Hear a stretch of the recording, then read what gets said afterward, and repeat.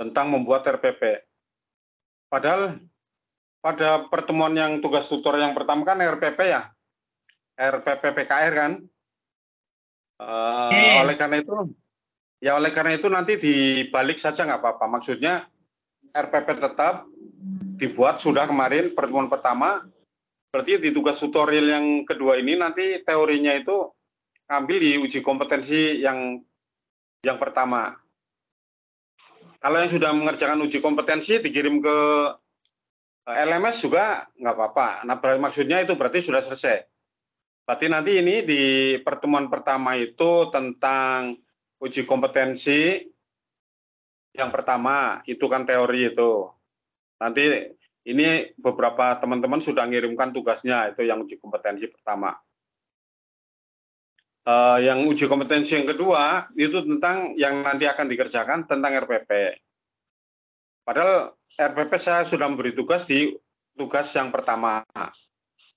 Dengan kata lain, kalau Bapak Ibu sudah membuat RPP, kemudian membuat uji kompetensi, berarti sudah selesai tugasnya. Maksudnya tugas pertama uji kompetensi, yang kedua RPP. Itu nanti. Kemudian nanti di yang ketiga juga sama. Yang ketiga nanti ada tugas membuat. Kalau yang kedua ini kan nanti membuat video. Prakteknya membuat video. Jadi Bapak Ibu, tugas yang pertama itu tentang RPP, prakteknya. Yang kedua nanti membuat video pembelajaran, simulasi pembelajaran.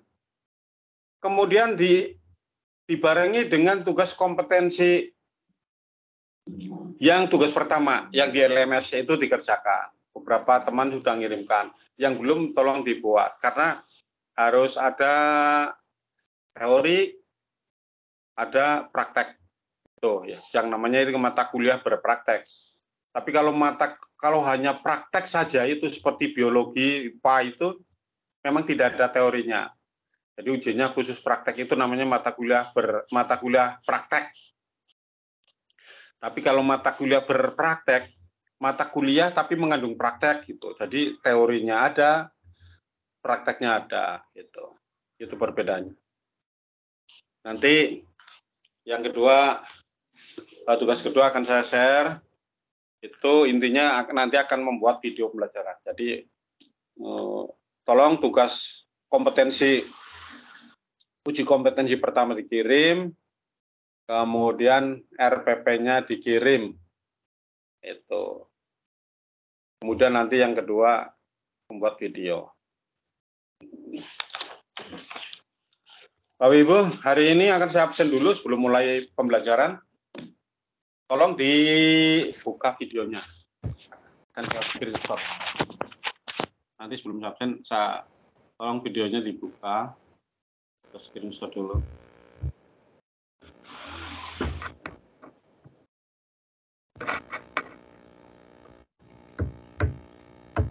Untuk selanjutnya ketika mengikuti web, walaupun tidak mendatangi ruangan di tempat tutorial, walaupun ini hanya web, webinar, tapi tolong pakaian tetap yang rapi, yang sopan, yang resmi sebagai seorang mahasiswa yang sedang mengikuti tutorial.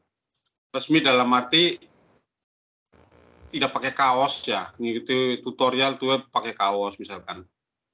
Kan situasi santai, paling tidak pakai baju lah. Pakai baju. Walaupun mungkin di bawahnya sarung enggak masalah, kalau yang bawa sarung enggak masalah, kan tidak muncul, tidak kelihatan. Tapi kalau atasnya itu baju ya kelihatan, karena ini sifatnya resmi, karena dipantau juga oleh UPBJ pusat. Yang mantau tidak hanya UPBJ, tapi ada UT pusat juga memantau. Jadi biar serius dalam mengikuti web. Jadi walaupun misal itu lebih baik atasnya baju, ini untuk bapak-bapak ya, lebih baik atasnya pakai baju, bawahnya sarung, daripada atasnya kaos, bawahnya celana panjang misalkan, celananya bagus dan sebagainya, tapi ke atasnya kaos. Tolong ini saja sedikit ingatkan. Baik, kita mulai. Saya absen dulu. Absen. Ya, sengaja saya absen satu persatu, tidak saya tanya ini yang nggak hadir siapa nggak. Soalnya ini pertemuan kelima. Bu Ripanatun Nadia ada? Bu Ripanatun Nadia. Hadir. Dewi Siti Rohaida. Bu Dewi Hadir, Siti Pak. Rohaida. Ya. Kemudian Bu Ika Reski Fauzi. Ika Reski Fauzi. Belum hadir. Pak Kuswandi. Hadir, Pak. Siap, Oh, Kuswandi. ya. Oke. Bu Vivi Nurul Ifado. Hadir, Pak. Ya. Ayuni Nurul Fitri. Oke, hadir, Pak. Oke, Pak Zelani Sidik. Pak Zelani Sidik. Belum hadir ya. Bu Triana Andriani. Triana hadir, Pak. Oke. Kemudian Bu Wiwin Winarsi. Hadir, Pak. Ya. Mahisha Umanisa. Umaisa Umanisa. Bu Win sudah saya nilai ya. Bu Win itu sudah di LM sudah saya nilai. Kemudian Bu Maisa Umanisa ada. Pak Lukmanur Abidin. Pak Lukman, kemarin belum saya konfirmasi nih. Waktu saya absen pertama tidak belum masuk. Entah sampai selesai apa enggak ini Pak Lukman. Ini sekarang tidak kelihatan lagi. Belum hadir lagi. Bu Erita Rahmayanti. Kita hadir, Pak. Ngapunten on kamera, Pak. Ya, Bu Erita, suaranya Hadir, Pak. putus, Bu Erita. Hadir, nggih, Pak. Hadir. Iya, Bu Erita hadir. Bu Nur Laili. Hadir, Pak. Hadir. Iya, Bu Juliana Putri. Putri Hadir, apa Pak. Fitri? Fitri ya? Fitri hadir. Ya, Bu Juliana Fitri ya hadir. Hadir, Bu Pak. Dia Arsanti. Hadir Bapak. Hadir. Dia Arsanti hadir. Iya, Bu Dia. Pak Imron. Muhammad Nggih, Imron. Pak, hadir. Iya, siap. Bu Herlina. Hadir, Pak. Herlina hadir. Bu Herlina Rohmanita, ada Rohmanitanya. Ya, Bu. Hadir, ya, Pak. Ya, maksudnya namanya ada Rohmanitanya apa Herlina aja? Oh, Herlina. ada Rohmanitanya, Pak. Herlina Rohmanita, Pak. Ya. Oh ya, ini saya lengkap ini di daftar hadir yang saya print out enggak ada. Bu Indah Mirnawati. Bu Indah. Hadir, Pak. Indah hadir. Oke. Indah. Kemudian Bu Siti Nurjana. Hadir, Pak. Hadir, oh ya, kemarin Pak. Bu Siti Nurjana waktu saya absen pertama belum hadir. Sampai siang masuk enggak? Waktu Kemarin, tuh pertemuan satu, keempat. Pak. Pertemuan Masuk, keempat. Pak. Kemarin Oh, iya. saya masuk. Oh iya, Bu. Jema turun, Pak. Iya, turun. Bu Halida Asih Sofa. Alida Asofa hadir, Pak. Oke. Bu Dewi Ratnawati. Hadir, Pak. Oke. Kemudian Bu Wakia. Hadir. Bu Wakia mana? Hadir nggak? Hadir, Pak. Oh ya. Bu Sulistianing Tias. Hadir, Pak. Oke. Pak Rizal Abdul Khalid. Pak Rizal belum hadir. Bu Rahayu Pujastuti. Ada ya? Hadir. Rahayu. Bu Mustikawati. Hadir, Pak. Oh ya, malah berdua hadirnya. Sama itu siapa? Putra yang keberapa? Bu Mustika. 100. Yang kedua, Putra Pak. yang keberapa? Oh, kedua. 100. Bu Nur Fitriani. Bu Nur. Bapak. Oh, alhamdulillah ya. Ini saya konfirmasi Pak Rizal yang belum hadir. Pak Rizal, kemudian Pak Lukmanul Hakim, Pak Lukmanur Abidin, ini belum. Kemudian Bu Ika Reski Fauzi, Bu Ika Reski Fauzi. Ini nanti saya tunggu, saya konfirmasinya sampai selesai. Baik, Bapak Ibu, ini di tutorial di pertemuan yang ke-5 nanti akan disampaikan modul 4. Akan disampaikan modul 4 oleh kelompok 3 ya. Kelompok berapa? 5 ya, kelompok 5. Apa kelompok 4? Kelompok 4 ya. Kelompok 4 nih, Pak. Kelompok 4. Modul 4, kelompok 4. Modul 4 atau modul 3? Modul 4 ya. Modul 4, Papa. Oke. Modul 4. Oleh karena itu, nanti kelompok 4 siap-siap untuk menyampaikan presentasi tentang lingkungan sebagai sumber belajar. Bapak Ibu,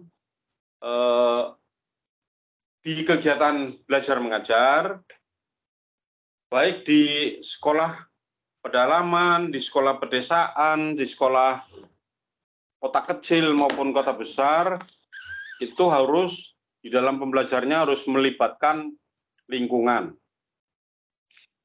Lingkungan itu tidak hanya lingkungan misalkan pekarangan, lingkungan sekolah, katakanlah benda-benda mati, tapi juga melibatkan masyarakat, melibatkan teman sejawat, itu juga lingkungan, dianggap lingkungan. Nah, lingkungan yang dimaksud lingkungan itu selain guru, selain guru, siswa yang ada di kelas itu beserta perangkat pembelajarannya, di luar kelas itu sudah dianggap lingkungan. Lingkungan itu baik meliputi lingkungan benda mati maupun makhluk hidup.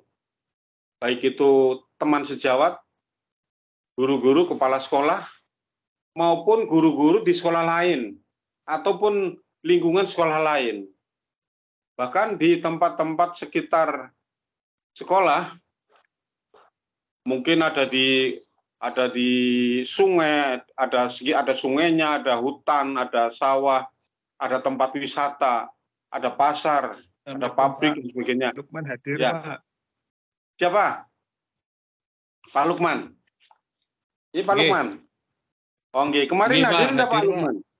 Pak Lukman kemarin absen pertama tidak hadir. Siangnya hadir tidak, Pak? Hadir, Bapak, kemarin hadir. Oh, nggih. Nah, ini konfirmasi saja. Ya. Assalamualaikum, Pak. Waalaikumsalam. Hadir, Pak. Jelani hadir. Pak Jelani, iya. Oh iya, Mak. Iya. Ini sudah saya absen. Iya. Hadir terus, Bapak. Pak Rizal Abdul Khalid, sudah hadir belum? Pak Rizal. Bu Ika Reski Fauzi belum ya? Rizka. Pak Jelani Sitik sudah hadir berarti. Ini yang belum ada konfirmasi, Bu Ika Reski yang belum ada konfirmasi sama Pak Abdul Khalid. Pak Abdul Khalid. Baik, mudah-mudahan nanti masuk. Nah, sebagai pengantar tadi ya, lingkungan apapun itu menjadi bisa dimanfaatkan sebagai media pembelajaran, sebagai sumber belajar.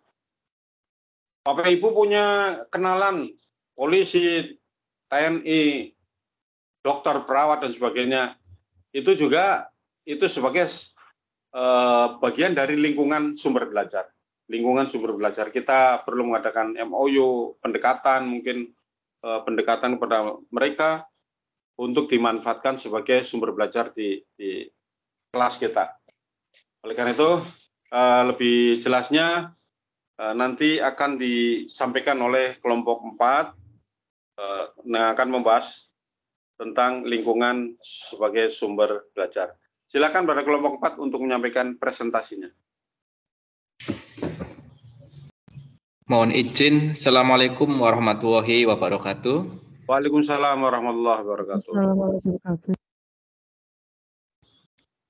Kami dari kelompok 4 izin share.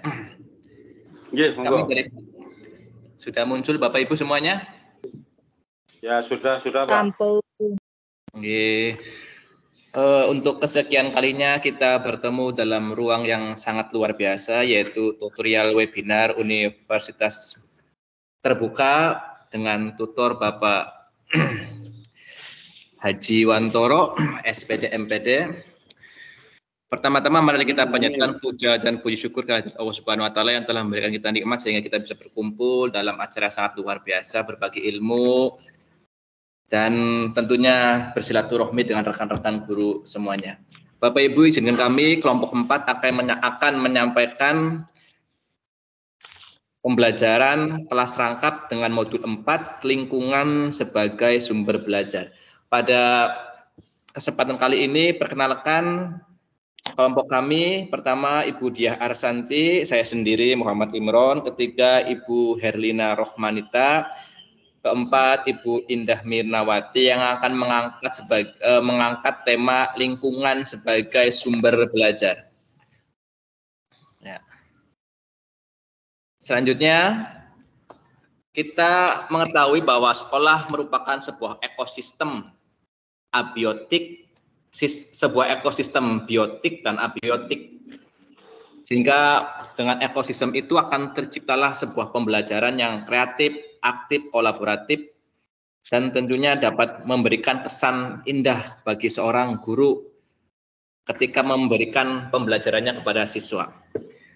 Tetapi dengan hal itu perlu adanya kerjasama antara rekan sejawat sebagai salah satu upaya kita untuk memperluas sumber belajar agar ilmu-ilmu yang kita dapatkan bisa berkolaborasi dengan rekan-rekan sejawat sehingga akan lebih bervariatif dalam memberikan pembelajaran. Yang pertama itu kerjasama antar guru dan kepala sekolah. Kedua, pusat sumber belajar (PSB), kerjasama dengan orang tua dan masyarakat. 4, kerjasama dengan penilik. Nah, kemudian yang B, membangun iklim kerjasama. Hal-hal yang dapat digunakan untuk membangun kerjasama. Tolong di penjelasannya agak rinci ya Pak. Penjelasannya Oke. jangan poin-poinnya saja, agak rinci. Oke, baik Pak. Untuk yang pertama, kerjasama antar guru dan kepala sekolah. Kita sebagai seorang guru harus pinter-pinter merayu kepala sekolah agar program-program yang kita laksanakan dapat berjalan dengan baik. Karena sehebat apapun program-program yang guru canangkan tanpa ada persetujuan dengan kepala sekolah, mustahil dapat dilaksanakan. Karena tidak ada visi misi guru, yang ada visi misi sekolah yang sudah dibahas bersama kepala sekolah, seperti itu. Yang kemudian dengan kepemimpinan kepala sekolah kita dapat berkolaborasi dengan sekolah-sekolah yang lain, yang diantaranya itu pusat sumber belajar (PSB). Kita tentu mengetahui bahwa dalam era kurikulum merdeka seperti sekarang ini, siswa diberikan kebebasan untuk bisa menggali sumber belajar lain selain dari buku yang ada di sekolah, tetapi juga baik buku cetak, media sosial, dan sumber belajar yang lain dapat digunakan dalam sumber pembelajaran siswa. Karena kita di desa biasanya ada itu apa? Kalau di Limbangan ada PKBM, Pusat Kegiatan Belajar Mengajar untuk siswa, rumah baca dan sebagainya, itu salah satu pusat sumber belajar. Ketiga, kerjasama dengan orang tua dan masyarakat. Di atasnya guru ada yang namanya orang tua. Orang tua merupakan pihak yang menitipkan, mempercayakan kepada instansi kita, dalam hal ini SD, untuk mendidik putra-putrinya. Sehingga ketika ada kenakalan yang memang di luar batas di luar batas nalar, maka dikembalikan ke orang tuanya agar mau menempatkan diri, dalam artian memberi nasihat sebaik mungkin agar anaknya mampu dan dapat mengikuti pembelajaran yang baik. Karena kita ketahui dalam setiap kelas pasti ada salah satu siswa yang tidak mau diajak bekerja sama dengan kita sehingga bikinnya gaduh dan sebagainya. Dan masyarakat mempunyai andil besar dalam hal ini. Karena Pak, sebagai sebuah ekosistem, masyarakat dilibatkan untuk menjaga ekosistem tersebut, dalam hal ini sekolah SD, SMP maupun SMA. Kebanyakan di SD karena SD biasanya terletak di tengah-tengah desa, sehingga perlu ada keterlibatan masyarakat untuk menjaga serta mengawasi dan mampu terlibat langsung ketika SD membutuhkan bantuan. Contohnya kalau ada dana alokasi khusus, kita tentunya lebih memberdayakan warga sekitar daripada warga luar. Kalau urusan tukang bangunan mungkin bisa dari luar, tapi untuk urusan yang lainnya sebisa mungkin kita melibatkan warga sekolah agar ketika sekolah itu jadi, mereka punya tanggung jawab untuk sama-sama menjaga sekolah tersebut. Terus yang 4, kerjasama dengan penilik. Dalam hal ini pengawas yang ditugaskan di Satkor Wilcam sebagai salah satu koordinator keberlangsungan pembelajaran di sekolah masing-masing. Selanjutnya, membangun iklim kerjasama. Hal-hal yang dapat digunakan untuk membangun kerjasama dengan pihak lain, antara lain, 1, mengumpulkan data statistik dan sumber informasi. Dalam hal ini kita bisa bekerja sama dengan puskesmas, ya, puskesmas ketika melakukan kegiatan BIAS, bulan imunisasi anak sekolah. Dengan cara ini kita tentunya dapat mengambil data statistik dan sumber informasi yang berkaitan dengan keberlangsungan pembelajaran dan keberlangsungan pertumbuhan peserta didik kita. Data-data tersebut biasanya dibutuhkan ketika kita akan melaksanakan akreditasi. Oleh karena itu, bekerja sama dengan pihak lain sangat dibutuhkan. Selanjutnya, melakukan negosiasi atau perlindungan. Di daerah Bapak Ibu tentu ada yang namanya anggota dewan. Ketika kita dalam satu ekosistem sekolah ada satu kekurangan, maka kita bisa melakukan negosiasi dengan anggota dewan tersebut untuk bisa mengajukan proposal pembangunan sekolah ataupun perbaikan, sehingga dengan negosiasi tersebut akan tercipta sebuah keputusan dan nantinya berpihak pada kita, dan yang diharapkan apa yang kita butuhkan dapat tercapai. Terus ketiga, memberikan peranan nyata. Di sini kita sekolah sebagai sebuah ekosistem membutuhkan yang namanya peran nyata dari warga sekolah. Dalam hal ini apa? Contohnya, guru ketika akan melaksanakan kerja bakti di desa, di tingkat RT, secara mampu dilibatkan agar tercipta sebuah kepercayaan pada masyarakat bahwa peranan komunitas pendidikan dapat dirasakan di lingkungan sekitar. Melaporkan keadaan sekolah, ini penting karena kita sekolah itu di atasnya ada yang namanya kepala sekolah ada yang namanya Satkor Wilcam, maka perlu adanya kerjasama sehingga terjalin sebuah iklim yang saling menguntungkan. Terus kelima, memberikan tanda penghargaan. Nah, memberikan tanda penghargaan ini kita sering melihat kepada PKBM, Pusat Belajar Mengajar, kepada guru-guru PAUD dan guru-guru TK, agar siswanya dapat bersekolah di SD yang kita ampuh, maka perlu adanya penghargaan, entah itu berupa barang, entah itu berupa alat peraga pembelajaran dan sebagainya. Yang penting penghargaan tersebut harus diberikan agar tercipta sebuah kerjasama yang baik di antara sekolah tersebut. Yang KB1, sekolah dan rekan sejawat sebagai sumber. Nah, dalam hal ini kelompok kami menemukan dalam buku modul beberapa cara memanfaatkan rekan sejawat sebagai salah satu sumber belajar, yang antara lain A. Kemukakan masalah yang dihadapi. Yang B. menentukan alternatif pemecahan permasalahan berupa 1. Membahas bersama materi tersebut. Nah, ini biasanya ketika kelas 6 kita biasanya ada rapat yang namanya rapat persiapan UN.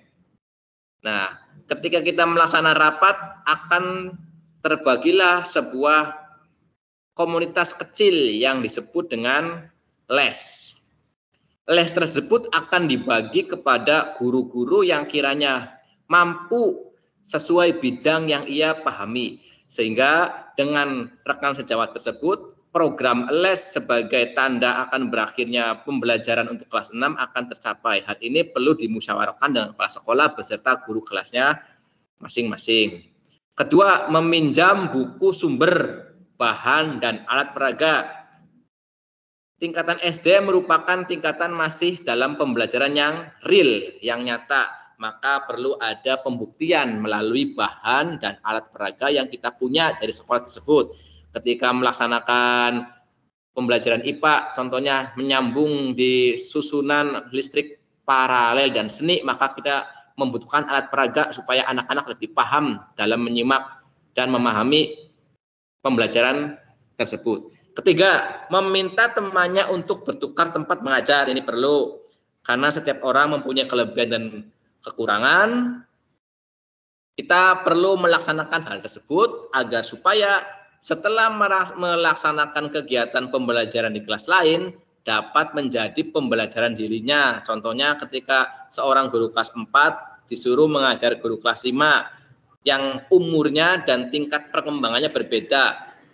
Ketika guru kelas 4 mengajar ke kelas 5, maka ada yang namanya adaptasi dari guru tersebut. Dengan adaptasi, maka akan menghasilkan sebuah pengalaman pembelajaran yang mampu menjadi bekal dari guru tersebut, agar ketika nanti ditempatkan menjadi guru kelas 6, kelas 5, dan kelas 4 tidak kaget karena pernah merasakan, mengalami cara mengajar guru di kelas 5 sesuai dengan tingkat perkembangannya dan mampu membimbing mereka sesuai dengan apa yang ada dalam alat peraga dan RPP.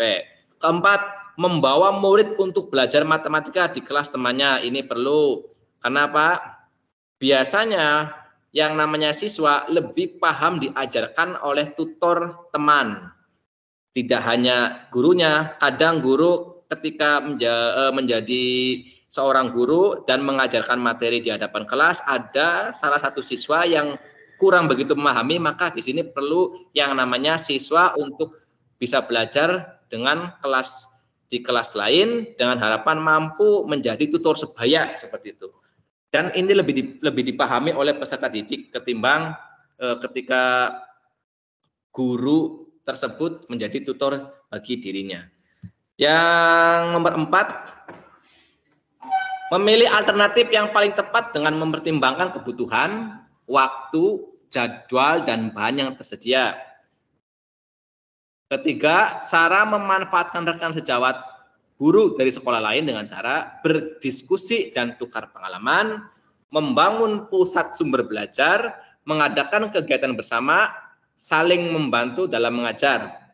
Berdiskusi dan bertukar pengalaman biasanya terjadi ketika KKG atau MGMP untuk tingkatan sekolah menengah pertama maupun menengah atas. Membangun pusat sumber belajar. Nah, ini kita bisa bekerja sama dengan sanggar-sanggar belajar, komunitas belajar yang ada di desa maupun di luar desa. Mengadakan kegiatan bersama, yang ini tadi bisa dihubungkan, dikoneksikan dengan kegiatan KKG, kelompok kerja guru, dengan tujuan berdiskusi dan tukar pengalaman.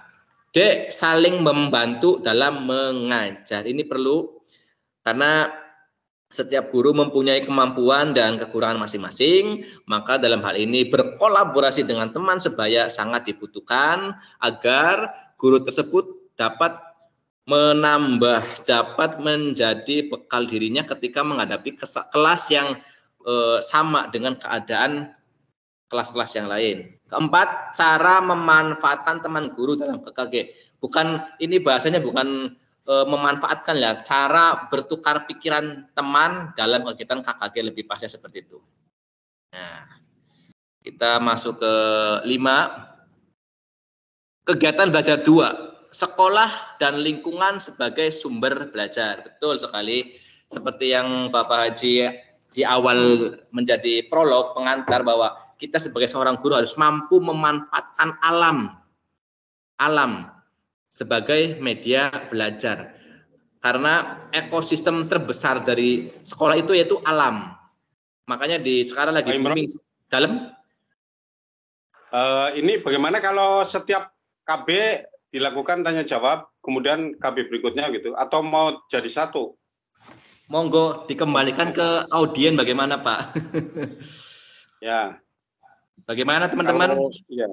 Biar per KB itu yang perlu ditanyakan apa, nanti KB kedua yang perlu didiskusikan apa gitu. Itu aja per KB. Ya. Untuk KB1 mungkin ada rekan-rekan mahasiswa yang ingin menanyakan, kami persilakan berkaitan dengan sekolah dan rekan sejawat sebagai sumber belajar. Monggo. Dua penyanyi dulu. Silakan. Ya, saya Pak bertanya Pak Imam. Asik. Oh, iya. Ayo semangat yuk. Oh. Yuk. Monggo. Bu siapa ini? Bu Yayu. Rahayu Siapa yang bertanya? Bu Pujiastuti. Nggih, Pak. Monggo Ibu. Nggih, Pak. Ini Pak yang saya tanyakan, ini ya, sebagai guru SD, kita kan sebagai guru SD ya Pak ya. Nah, Itu tanya ke kelompoknya, ke kelompok 4 ya. Ya, Ya. Bu SD mana Bu? SD mana Bu? saya SD Gedung Uter 2. Oh, nggih. Terus Bu? Nggih. Ini apa ya, sebagai guru SD, nah tentunya kan kita sering bekerja sama dengan guru atau rekan sejawat atau pokoknya yang ada di lingkungan sekolah itulah ya Pak ya. Nah yang saya tanyakan, di mana ya yang paling efektif dalam memperoleh potensi kegiatan pendidikan gitu Pak. Matur nuwun. Silakan kelompok 4 ya. Iya. Jadi yang lebih spesifik pertanyaannya bagaimana menyiasati hal tersebut ketika saya di dalam kelasnya ada permasalahan seperti itu ya Bu ya? Yang efektif tadi Pak, maksudnya bagaimana itu Bu Pujiastuti? Lebih efektif bagaimana itu?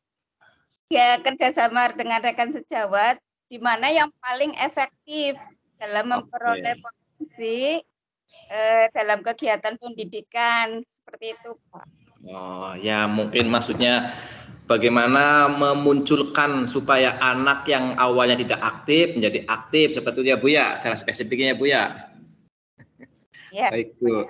Ya terima kasih. Luar biasa Ibu, pertanyaannya cukup menarik. Ini menjadi pemantik bagi kita semua karena kita ketahui bahwa di ruang kelas ada siswa yang aktif dan pasif tentunya. Nah, kita bisa melaksanakan yang namanya coaching, Bu. Coaching itu berarti kita pertamanya ngobrol-ngobrol dulu, Bu. Kira-kira Ibu di sekolahnya yang enak diajak ngobrol siapa ya?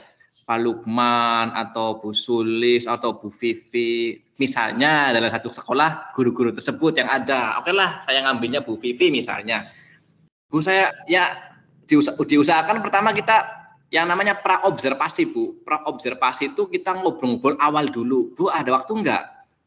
Ya ada, gimana Bu? Ini ya di sekolah saya ada permasalahan seperti ini. Kira-kira Ibu ada waktu apa bisa ngobrol lebih serius seperti itu. Nah itu setelah praobservasi kita saling bertegur sapa dulu dengan rekan yang nantinya kita mau diajak berdiskusi bareng. Setelah menentukan waktu yang tepat, Ibu bisa menunjukkan RPP. Saya kok kalau mengajar seperti ini anak-anak nggak begitu menarik ya Bu ya. Kira-kira Ibu punya ide nggak? APKG, alat peraga kegiatan pembelajaran yang seperti apa ya Bu yang kira-kira menarik. Nanti Bu Vivi memberi masukan, oh kalau RPP seperti ini enaknya bagi seperti ini Bu. Bisa menggunakan PPT, bisa diajak ke luar, ke alam seperti itu. Nah, tentunya setelah mendapat masukan dari Ibu Vivi, maka akan Bu Yayu mendapat inspirasi atau ide. Oh, seperti itu ya Bu ya. Oh, baiklah kalau seperti itu. Nah, setelah mendapatkan masukan dari Ibu Vivi, maka Ibu langsung di hari dan jadwal yang ada bisa mempraktekkan saran dari Ibu Vivi. Nah, setelah terjadi pembelajaran yang berlangsung, Ibu datang lagi ke Bu Vivi. Iya loh Bu, benar yang Ibu tadi sampaikan. Saya berhasil memberikan pembelajaran seperti ini dan anak-anak merasa senang dalam pembelajaran tersebut. Itu Bu. Jadi kita bisa mempraktekkannya namanya coaching atau berdiskusi.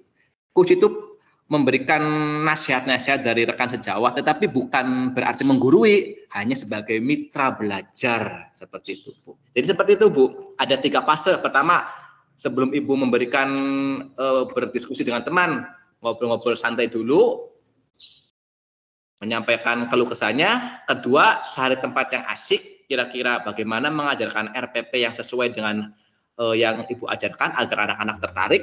Keempat, perasaan Ibu bagaimana setelah mendapatkan pencerahan dari Ibu Vivi seperti itu. Jadi konsepsinya hanya sebagai mitra seperti itu Bu.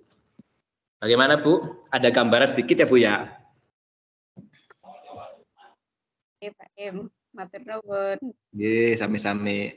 Monggo selanjutnya satu penyanyi lagi sebelum saya masuk ke KB2. Saya Pak Imron. Iya, siapa ya? Bu siapa nih? Nggih. Saya Bu Siti.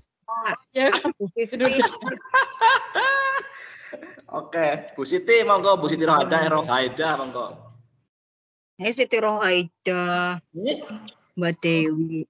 Bukan. Bu Siti Mbak siapa? Saya Dewi. Siti Bu Siti Nurjana. siapa? Oh, Bu Siti Nurjana, anak loro ya. Bu.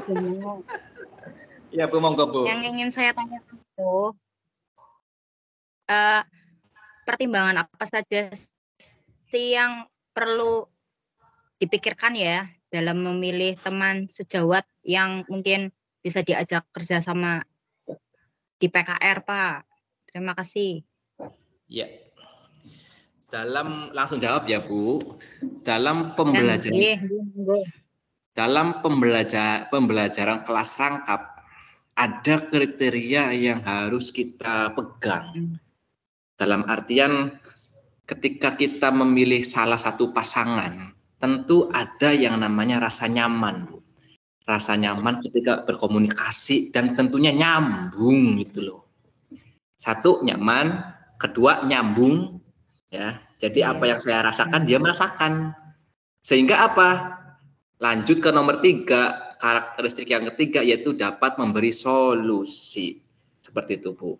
Jadi ketika masa kita mau ngobrol permasalahan yang rumit dengan orang yang tidak nyambung, tentunya kurang seret kayak gitu. Tapi kalau dari awal saya klop nih sama orang ini, kalau diajak ngobrol enak, kalau diajak diskusi enak dan menghasilkan sebuah solusi yang meskipun sederhana tapi dapat diterima. Oleh karena itu kriteria 3 tersebut harus Ibu pegang.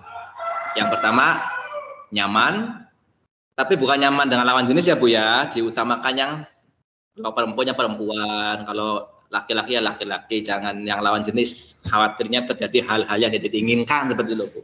Yang pertama nyaman, yang kedua nyambung, ketiga dapat menghasilkan solusi meskipun sederhana, tetapi dengan kita bisa bernyaman tersebut dengan yang kita pilih, maka akan timbul sebuah kepercayaan seperti itu loh Bu.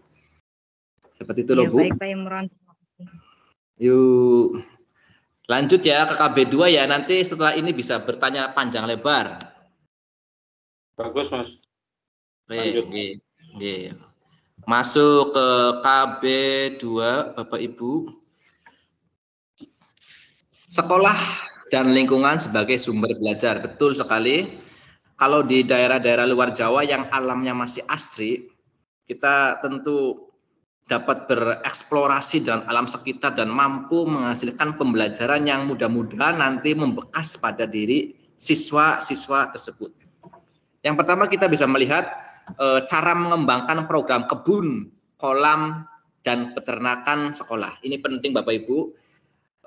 Kita hubungkan dengan keadaan ekonomi kita. Seorang menteri mengatakan kalau cabai mahal tanam sendiri, kalau beras mahal tanam sendiri, Kalau harga ayam mahal, ternak sendiri. Nah, sebenarnya bahasa-bahasa kiasan seperti itu menggugah kita bagaimana memanfaatkan lahan yang sejengkal tapi dapat menghasilkan. Dengan cara apa? Mengembangkan program kebun sekolah. Dengan program-program nyata, aksi nyata yang sering kita tegaskan di pelatihan ataupun di webinar-webinar yang diadakan oleh kementerian-kementerian pendidikan maupun kementerian-kementerian yang lain, yang tujuannya apa? Kita mampu berdikari dan mampu mengembangkan segala potensi yang ada di lingkungan sekolah. Seperti di lingkungan saya sekolah ini, Pak. Di Bapak Ibu, di lingkungan sekolah saya itu ada pohon mangga, pohon sawo, terus pohon rindang yang lain. Ini dengan tujuan apa? Ketika berbuah, anak-anak bisa merasakan. Itu contohnya Ibu Nur Fitriani pernah mempraktekkan hasil dari kebun sendiri di sekolah. Dipotong kecil-kecil, dibagikan ke kelas 2, itu pernah Bu Nur Fitriani membagikan. Nah, itu dengan cara tersebut kita bisa membelajarkan kepada anak-anak pentingnya memanfaatkan alam sekitar untuk persediaan cadangan pangan di masa yang akan datang. Apalagi anak-anak SD yang senangnya blok-blokan, senangnya main ikan, senangnya main ayam dan sebagainya. Kita bisa memanfaatkan situasi psikologis anak-anak SD. Nah, dari hal-hal tersebut kita bisa memberikan sebuah pembelajaran pada anak-anak. Jadi lingkungan yang namanya sumber pembelajaran bukan berasal dari buku saja, bisa dari pengalaman dari guru tersebut. Yang pertama dan yang kedua bisa belajar dari alam sekitar. Makanya bagi rekan-rekan guru yang sekolahnya masih gesang, anak-anak mungkin bisa disuruh membawa tanaman dan sebagainya seperti itu. Nah, di sini kita bisa melihat EDE mengembangkan pusat sumber belajar PSB, alat perlengkapannya antara lain alat peraga, alat bantu belajar, alat praktek, benda, barang dan yang lainnya. Sumber belajar, buku, majalah, koran, herbarium, insektarium, akuarium, tumbuhan dalam pot, binatang dan binatang yang dipelihara. Seperti itu. Media elektronik bisa berupa kaset audio, video, radio, dan TV. Bapak Ibu di sekolah masih ada yang menggunakan alat peraga kaset video yang pita itu apa masih ada? Sudah nggak ada mungkin ya. Baik, lanjut ke dari KB2 adakah yang ingin ditanyakan? Monggo Bapak Ibu.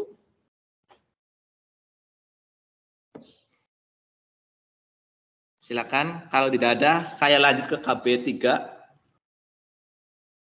Pak, sebentar Pak. Siap. Imron, monggo. di halaman 4.20 beberapa kasus 1, kasus 2 tolong dibacakan Pak. Terus nanti dicari solusinya, barangkali disuruh cari solusi. Oke. Jadi 4.20 kalau di buku saya itu. Iya. Ketika saya berkunjung ke SD di daerah terpencil dan sebagainya itu. Oke. Bapak Ibu, ini ada sebuah tantangan di buku modul 4 kasus 1. Bapak Ibu bisa membuka bukunya di ruang belajar masing-masing. Saya bacakan kasus 1. Ketika saya berkunjung ke SD di daerah terpencil yang gurunya mengajar merangkap kelas, di setiap dinding ruang kelas dihiasi dengan ruang bambu yang diisi dengan berbagai jenis daun warna-warni. Di daerah sini memang sulit ditemui bunga. Baik. Yang diperoleh dari sekitar sekolah. Daun-daun ini dikumpulkan oleh murid-murid dan guru, kemudian dipasang sebagai hiasan kelas. Jumlah hiasan tersebut tidak kurang dari 9 buah dalam satu ruang kelas. Saya tidak mengetahui secara pasti apakah hiasan tersebut ada setiap hari atau hanya karena akan dikunjungi. Ketika saya bertanya kepada salah satu seorang murid, apakah hiasan tersebut digunakan untuk belajar, mereka menjawab tidak. Bapak Ibu, adakah yang mempraktekkan demikian ketika ada kunjungan supervisi sekolah, supervisi kelas?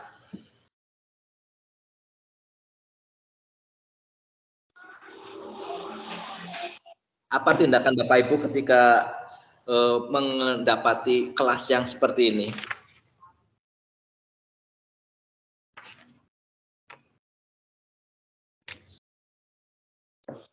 Ya itu settingan ya. Kalau jadi biasanya kalau akan akreditasi itu seperti itu. Akan akreditasi harus persyaratan harus lengkap. Setelah akreditasinya selesai, hilang lagi persyaratan dikembalikan. Itu menurut pendapat Bapak Ibu seperti apa seperti itu, kalau hal itu terjadi? Atau sebaiknya bagaimana?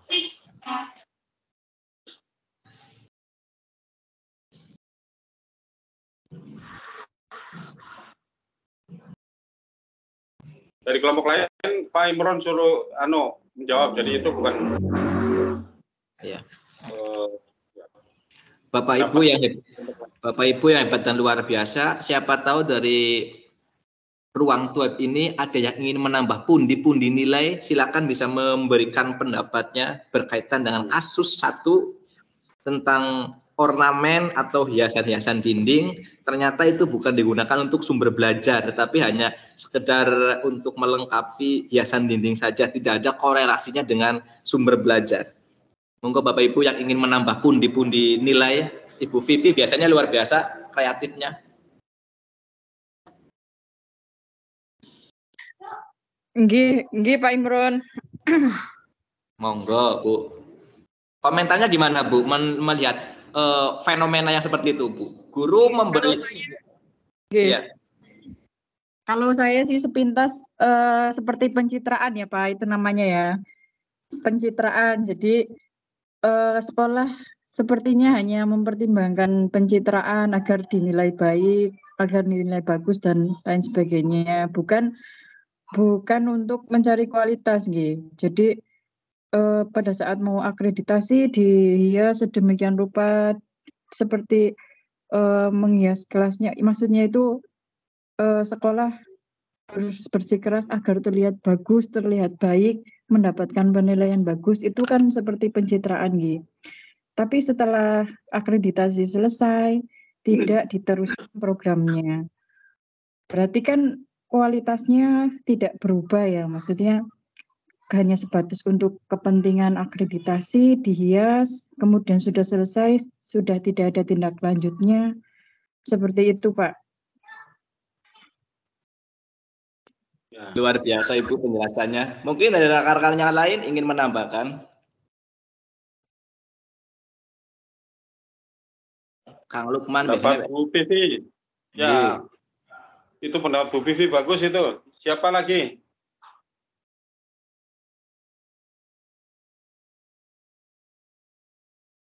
Atau mungkin sangat setuju semua ya, setuju semua seperti itu. Iya. Teman-temannya. Oke. Lanjut ke PPT nggih Pak? Kasus 2 sebentar lagi Pak. Kasus 2 Pak. Oke Pak, lanjut.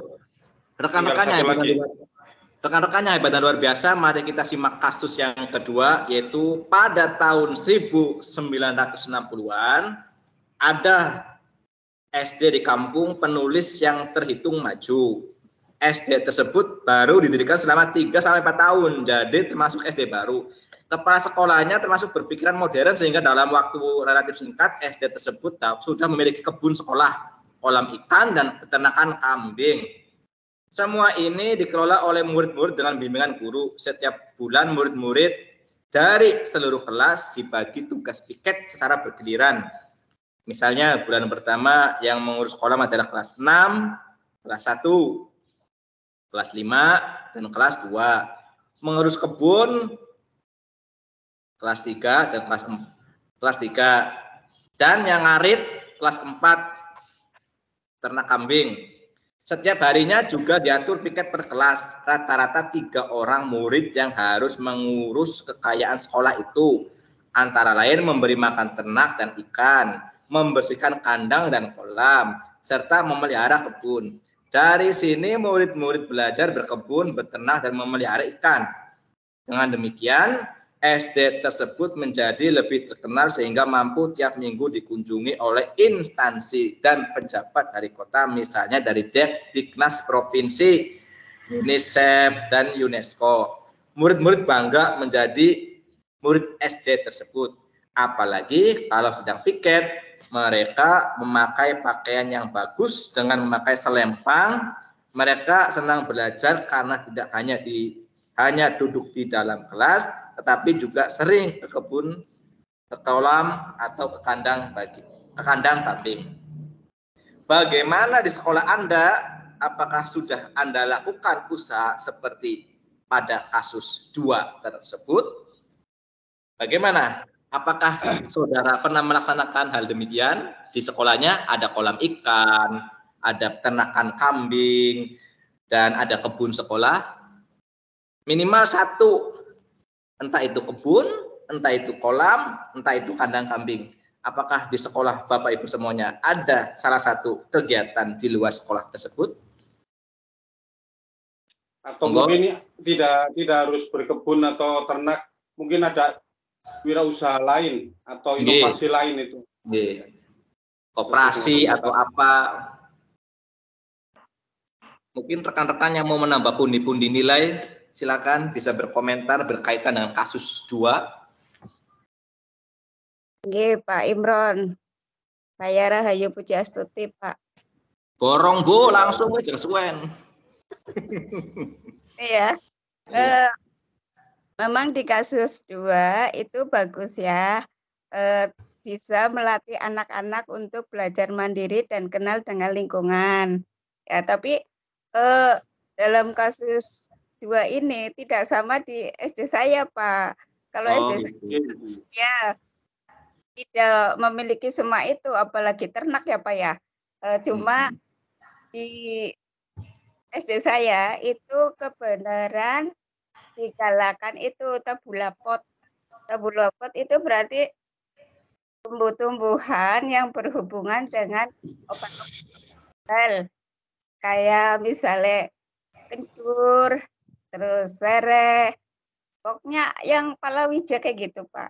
Jadi anak itu disuruh membawa kayak semacam bibit, terus ditanam di pot, terus diperkenalkan ini namanya ini, manfaatnya untuk ini, misalnya seperti itu Pak. Jadi anak secara langsung bisa mengetahui fungsi ataupun manfaat dari tumbuhan tersebut untuk kesehatan kita. Nah, seperti itu, Pak. Matur nuwun. Luar biasa sekali, Bu. Super, Bu. Betul, Bu. Di era kurikulum merdeka, kita tidak harus berpaut pada buku, tetapi juga lingkungan sangat dibutuhkan. Di kurikulum merdeka, anak disuruh berwirausaha, memanfaatkan setiap potensi yang ada. Di kurikulum merdeka, guru dituntut untuk bisa mengembangkan ilmu pengetahuan seluas-luasnya dan dihubungkan dengan penguasaan teknologi yang sekarang seperti itu. Jadi luar biasa. Mungkin rekan-rekannya lain monggo menanggapi kasus 2. Pak Lukman mau nih mungkin punya peternakan bangkeng, Pak Lukman.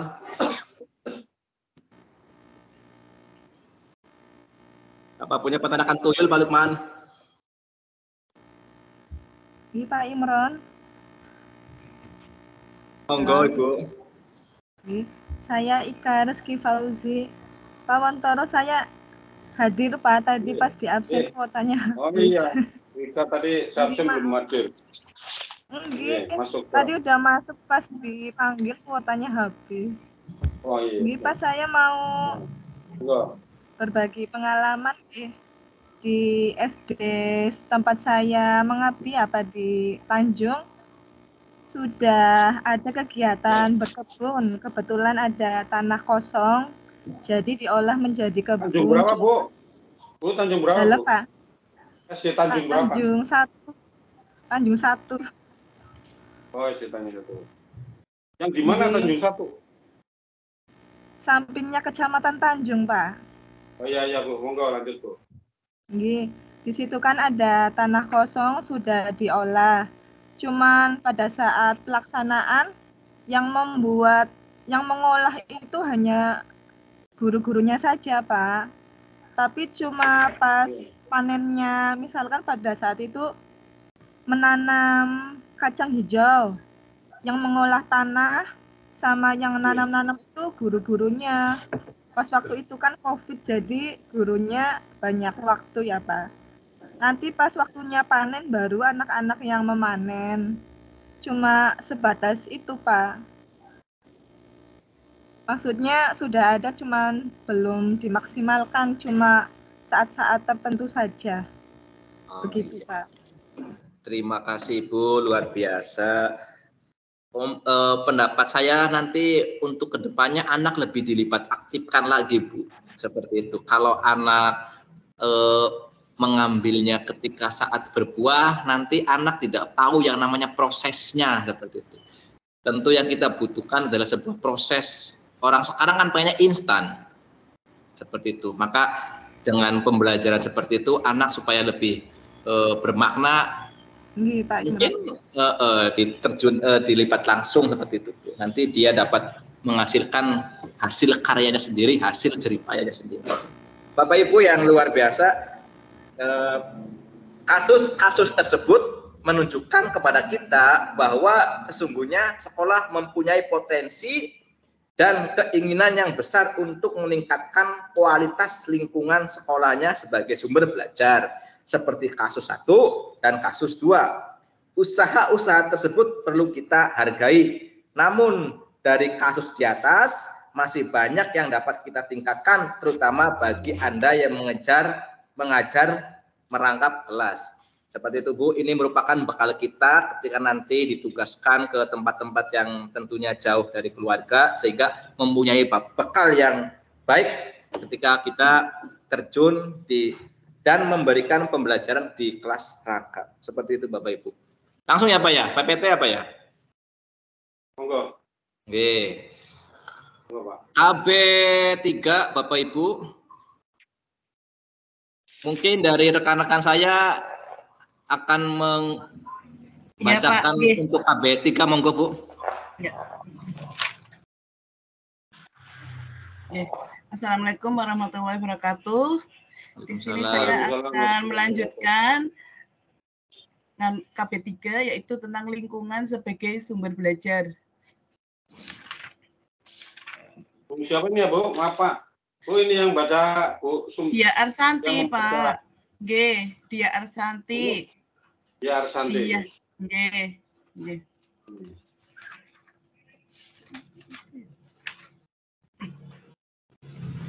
Maaf, Pak Im, itu apa? Slide-nya yang A dulu, Pak. Itu langsung B.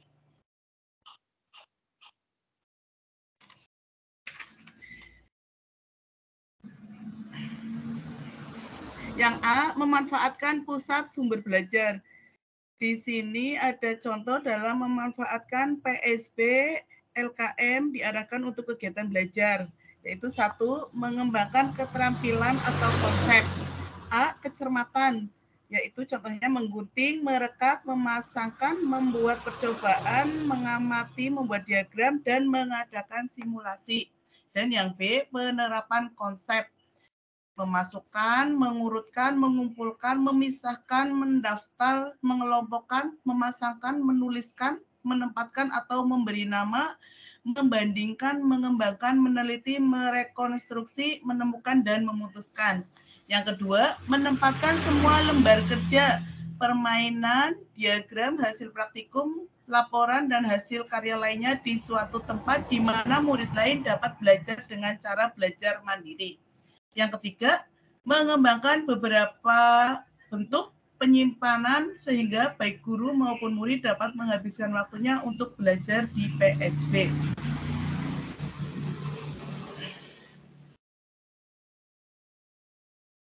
Yang B, lingkungan sekitar sebagai sumber belajar. Di sini ada manfaat yang diperoleh dalam menggunakan lingkungan sebagai sumber belajar, yaitu 1, murid-murid dapat melihat secara langsung benda-benda yang berkaitan dengan mata pelajaran di sekolahnya. Yang kedua, murid dapat membuktikan dan menerapkan teori atau konsep yang pernah didapat di sekolah ke dalam kehidupan sehari-hari. Yang ketiga, menanamkan sikap untuk menyayangi lingkungan sekitar.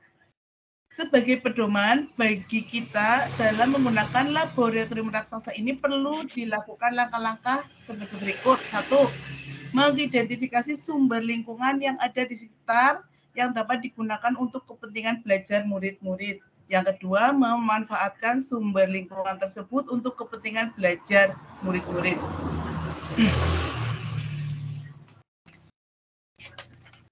Di sini akan dijelaskan yaitu cara mengidentifikasi lingkungan sebagai sumber belajar. Hal yang dipertimbangkan dalam menentukan lingkungan sekitar sebagai sumber belajar yaitu 1. Sumber tersebut mudah dijangkau, yang dimana di sini berarti kemudahan. Yang kedua, tidak memerlukan biaya tinggi atau kemurahan. C. Tempat tersebut cukup aman untuk digunakan sebagai sumber belajar, yaitu keamanan. Dan yang keempat, berkaitan dengan materi yang diajarkan di sekolah, yaitu dengan kesesuaian. Yang kedua, memanfaatkan sumber tersebut untuk kepentingan belajar murid-murid. Di situ di halaman 4.34 dapat dilihat format 2, yaitu identifikasi materi memerlukan lingkungan sebagai sumber belajar.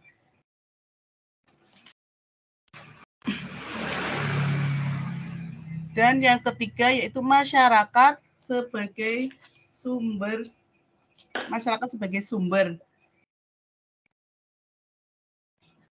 Di sini dijelaskan ada beberapa hal yang harus dipertimbangkan, yaitu materi atau informasi yang dapat diperoleh dari narasumber. Materi itu tidak dikuasai oleh guru dan sumbernya pun tidak ada. Yang kedua, narasumber tersebut tepat. Artinya, yang dijadikan narasumber harus orang yang benar-benar memiliki informasi tersebut. Yang ketiga, hindarkanlah hal yang berwarna politik, karena murid SD belum saatnya diberi informasi politik praktis. Terima kasih Bapak. Monggo Pak Imron.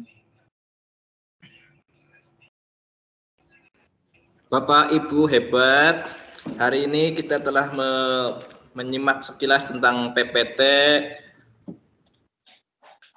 Itu apa? Sebagai sumber belajar, lingkungan sebagai sumber belajar. Perlu kita ketahui bahwa PPT merupakan pintu gerbang kita untuk berdiskusi lebih jauh dan lebih menarik tentunya.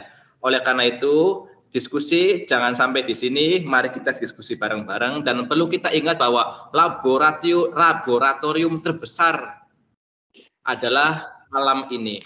Sehingga mari kita berdiskusi bersama-sama, mencari titik terbaik. Oleh karena itu, saya buka sesi diskusi untuk teman-teman sekalian. Untuk sementara saya tutup dulu PPT-nya.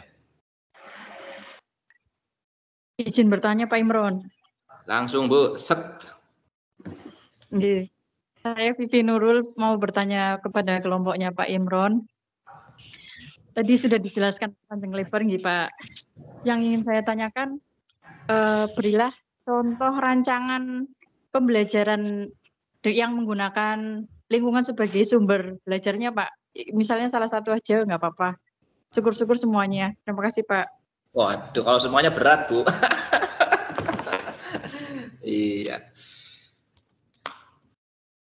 Ayo, satu lagi, rekan-rekan yang mau menambah pundi-pundi nilai, silakan.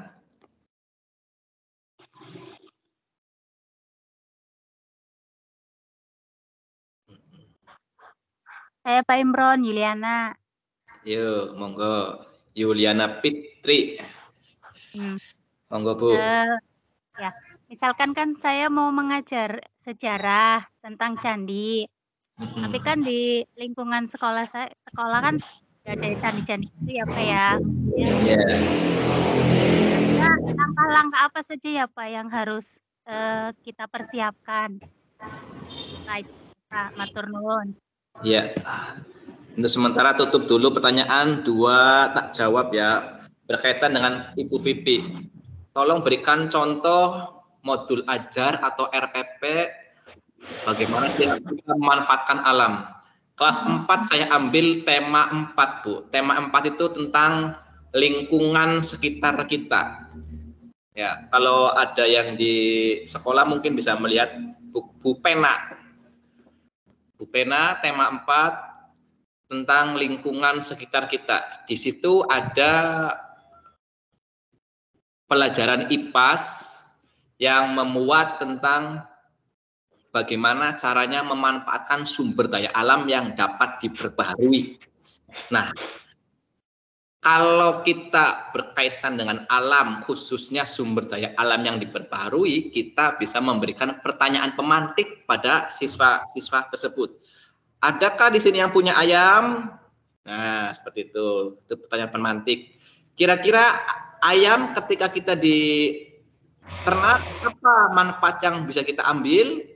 Nanti anak akan menjawab, mungkin telurnya, mungkin dagingnya. Nah, itu yang berkaitan dengan lingkungan sekitar. Kalau kita disesuaikan dengan modul ajarnya atau RPP-nya, di lembar penilaian kita bisa memberikan penilaian keaktifan siswa, terus langkah-langkah pengerjaan soalnya, atau aksi nyata yang anak tersebut pernah dilakukan di sekolah. Mungkin sekarang kan zamannya gadget, mungkin bisa difoto ketika lagi makanin ayam, lagi makanin sapi, kambing, dan seperti itu, Bu.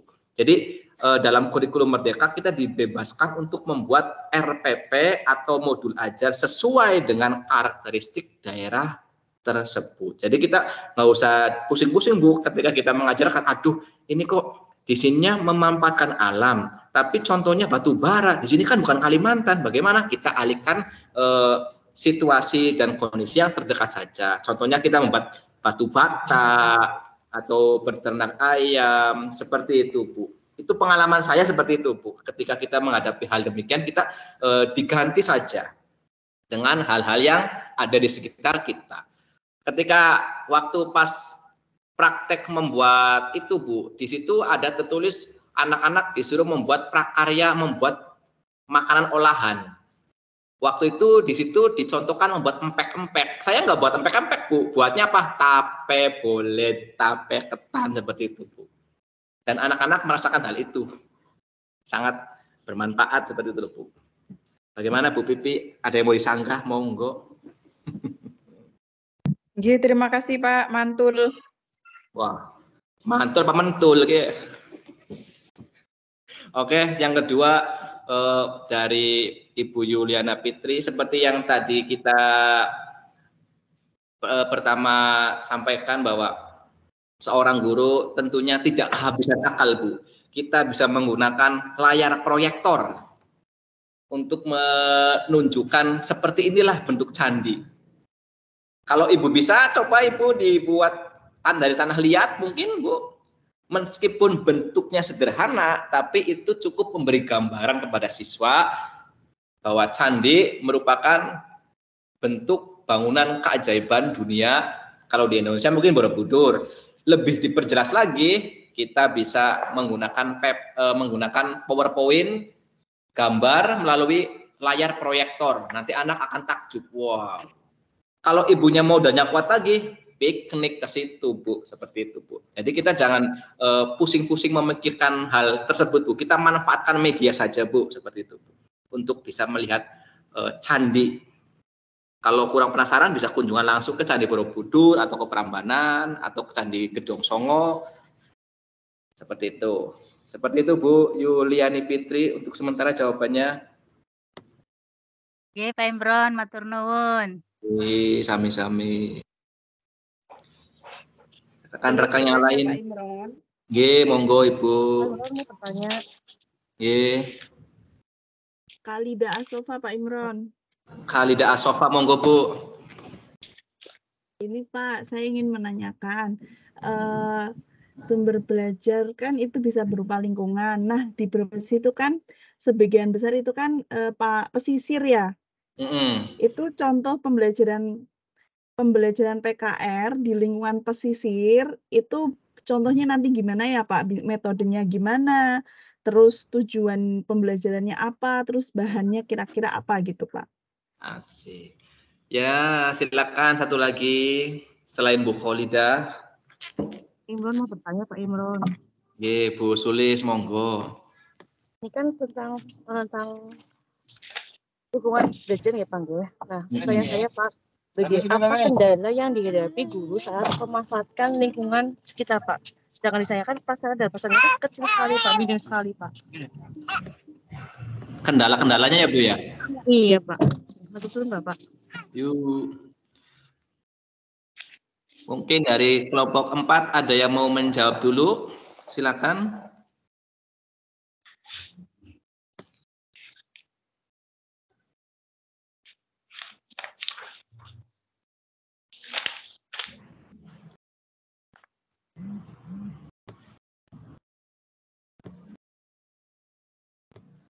Ada Bu Herlina, ada Bu Indah Mirnawati yang daerah pegunungan, mungkin bisa memberikan pengalamannya Bu ketika melaksanakan kegiatan bercocok tanam.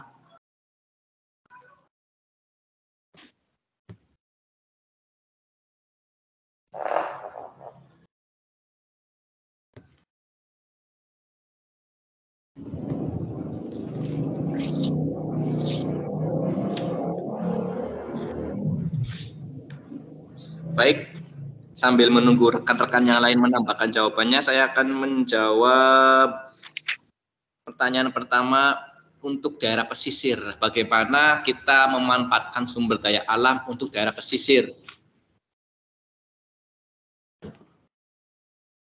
Ibu Herlina mau menjawab, silakan Bu. Pertanyaannya dari Ibu Khalida Asofa berkaitan tentang bagaimana kita memanfaatkan sumber daya alam ketika kita sekolahnya berada di daerah pesisir. Alatnya dan bahannya apa saja Bu, dan tujuan dari pembelajaran tersebut bagaimana? Monggo Bu.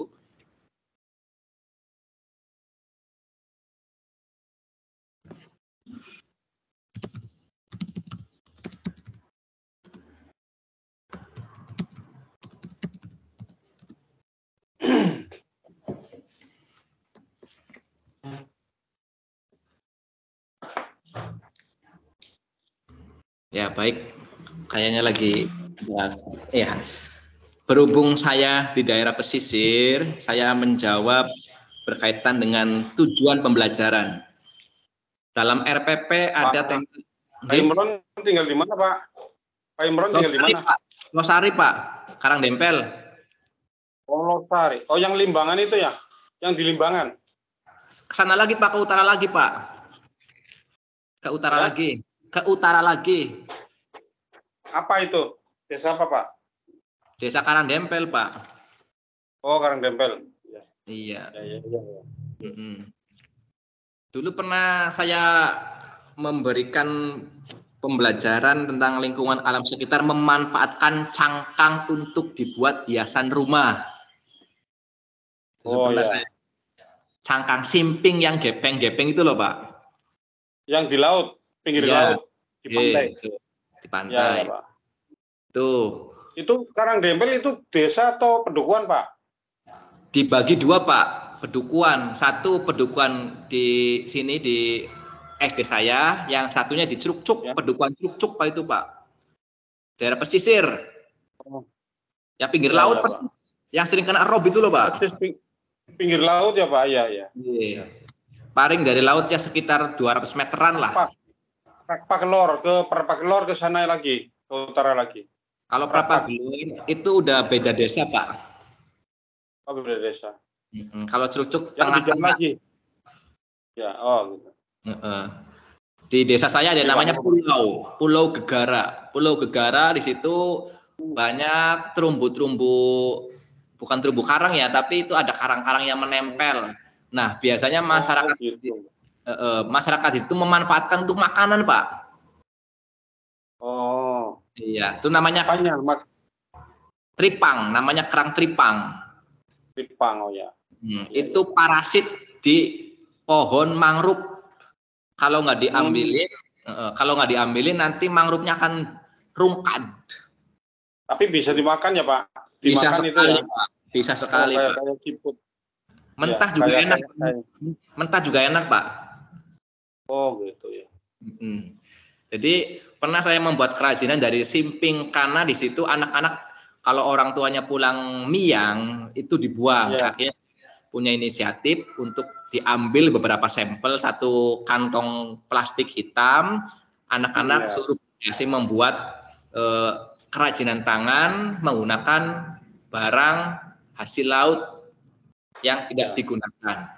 Tujuan pembelajarannya yaitu memanfaatkan barang yang tidak berguna menjadi nilai ekonomis seperti itu, Pak. Meskipun awalnya pernah dibawakan ke pameran. Waktu itu kan ada itu sih Pak, kunjungan Bupati ke desa, saya memamerkan tersebut Pak. Iya, bagus Pak. Ya, memamerkan barang hasil kerajinan tangan dari anak-anak SD. Selain itu dengan ya lingkungan. Enggak. Gimana Pak? Iya, sesuai dengan itu. Nah, kemudian saya juga pernah mempraktekkan cara membuat gesek bandeng, gesek kapas itu loh Pak, ikan kapas tuh. Gesek kapas yang kecil-kecil ikannya kecil-kecil. Kecil-kecil bunder Pak. Kecil bunder. Oh ya, kecil bunder ya, yang tidak berasa, maksudnya tawar ya, dimakannya itu tawar nggak asin. Iya betul. Iya itu. Apa dibuat asin? Dibuat tawar Pak. Tawar ya. Iya, kalau asin ada sendiri. Nah, pas seperti itu murid saya ada yang berasal dari Cruk-Cuk dan sering gesek membuat itu, Pak. Saya tanya, kamu bisa ngajarin teman-temannya nggak? Bisa, Pak. Yang penting ada ikannya. Nah, itu Pak, memanfaatkan tutor sebaya untuk memberikan ilmunya ke teman-teman yang lain seperti itu, Pak. Ya. Iya, seperti itu, Bu. Jadi tujuannya memanfaatkan lingkungan sekitar agar lebih bernilai ekonomis seperti itu, Bu.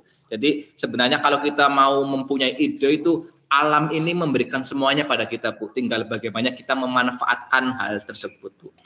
Untuk pertanyaannya Bu Tias tentang apa kendala-kendalanya. Ya, kalau yang namanya kendala tentu ada ya Bu ya. Tetapi bagaimana mengalahkan kendala itu supaya kita lebih condong ke semangatnya. Tentu ada, dalam 30 siswa ada yang semangat, ada yang lihat. Contoh kalau kita mau gesek, nggak mau lah, bau ikannya ame seperti itu, ini itu, seperti itu kendalanya yang pertama Bu. Ya, apalagi orang tuanya yang tidak membelanjari anaknya itu untuk berkotor-kotor seperti itu. Wah, sulit sekali, Bu. Kita buat kelompok nih, 30 jadi 5 kelompok, satu kelompok 6 anak. Pasti ada yang cuma megangnya buku, nggak mau terjun langsung, ada yang senengnya nyisiki ikannya, ada yang takut kotor, ada yang nggak takut kotor, seperti itu Bu. Tantangannya seperti itu Bu. Guru meyakinkan anak tersebut supaya jangan takut kotor, karena dalam kotor itu ada yang namanya belajar seperti itu Bu. Nah, itu tujuannya kurikulum merdeka seperti itu, mengeksplorasi kemampuan anak agar tidak terpacu atau hanya berkutik pada hal-hal yang instan. Anak disuruh untuk memberikan kemampuannya dan keahliannya di setiap bidang yang ia kuasai. Soalnya di daerah saya, contohnya di sini benar-benar pesisir Pak. Apapun kalau kita mau jadi uang Pak. Oh iya, banyak potensi sangatnya. Iya. Kerang darah itu kita nyari Pak di pinggir laut Pak, sampai silem-sileman Pak. Cuma kelihatannya kepalanya aja Pak, tangannya gerayangan itu. Itu kerang darah. Dan anak-anak sini kerang darah. Darah. Oh, darah. Warnanya merah Pak kerangnya Pak. Oh, warnanya merah seperti darah. Iya, kayak lidah itu loh Pak. Kerang darah. Oh, iya. Ada lagi kerang hijau, itu parasit di perahu. Kerang hijau. Kerang hijau itu ya. Tapi ya, diternakan juga Pak ya? Diternakan ada. Itu? Iya ada Pak. Yang diternakan? Kerang hijau. Kerang hijau, terus simping, tripang, terus itu yang bentuknya kayak cacing yang sering di pohon-pohon mangrove itu Pak. Ya, yang kayak Papua itu anak-anak sini senangnya kayak gitu Pak. Maklum daerah pesisir. Nah, kita sebagai seorang guru bagaimana berpikir kreatifnya memanfaatkan tersebut. Kalau kendala pasti ada kendala. Tapi bagaimana kita gini Pak, sebentar, maksudnya saya pengalaman di pernah diceritani, ini ponakan saya itu ternak kerang hijau itu Pak. Ternak kerang hijau katanya di daerah Losarika Utara atau itu. Jadi bawa pohon bambu saja sampai 1 truk apa itu untuk membuat rumah kerangnya itu. Iya. Iya Pak, betul. Ternak itu seperti itu. Modalnya 2 Pak. Ya, apa itu? Modalnya bambu dan tambang. Oh iya, bambu, tambang, sampai bawa tambangnya itu 1 kol itu bak itu bawa sana. Iya benar Pak. Nanti kerangnya itu nempel sendiri Pak. Oh gitu, ya. Enggak dikasih bibit, nanti tumbuh sendiri, kita memanen. Iya. Nah itu. Namanya Potensi. Pak Derajat yang ke sana. Biasanya dari UPS itu Pak. Iya. UPS Fakultas Perikanan itu ada seperti itu. Iya Pak. Luar biasa pokoknya Pak, daerah saya ini Pak. Jadi apa saja kalau kita terjun ke laut jadi uang. Yang penting itu aktif ya. Iya betul. Kreatif. Inovatif. Iya. Seperti itu Bu Sulis, penjelasan yang bisa saya sampaikan berdasarkan pengalaman saya mengajar di SD Karangdempel yang notabene daerah pesisir. Kalau halangan dan kendala pasti ada dari anaknya maupun dari semangat belajarnya. Tapi yang lebih penting bagaimana kita sebagai seorang guru memberikan semangat dan motivasi kepada anak-anak agar tidak takut kotor untuk mengembangkan daya kreativitasnya lebih baik. Makanya punya anak kecil sering-sering main pasir itu apa ya Bu, yang itu loh. Elastis apa ya? SD Karangdempel berapa Pak Imron? 1 Pak. Oh 1. Nggih. Pengawasnya siapa yang sana? Pengawas Dabinya. Sekarang pengawasnya Pak. Hanya Pak Warsim saja ya. Pak Warsim saja sendiri kan? Ya. Korwil. Pak Korwilnya itu Pak Warsim kalau nggak salah Pak ya, Pak udah pensiun ya. Warsim. Iya, pengawas dan Korwil merangkap Pak Warsim. Nggih. Kalau dulu sih Pak Haji Takwid UPTD-nya. Ya sudah purna sudah pensiun. Iya. Seperti itu Pak penjelasannya Pak. Pertanyaan dari Bu Sulis. Dari rekan-rekannya lain monggo mau menambahkan atau ingin bertanya silakan. Atau pengalaman di sekolah masing-masing Pak. Pengalaman di sekolah masing-masing kaitannya dengan materi ini. Ya monggo kelompok 4 yang dari daerah gunung mungkin bagaimana memanfaatkan alamnya monggo. Budi ya, Bu Indah Minawat.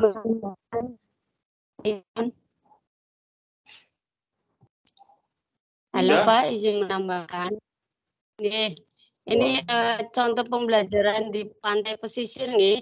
Mungkin kita dapat menggunakan atau memanfaatkan sekolah alam Pak. Dengan sekolah alam tersebut, dengan adanya sekolah alam itu.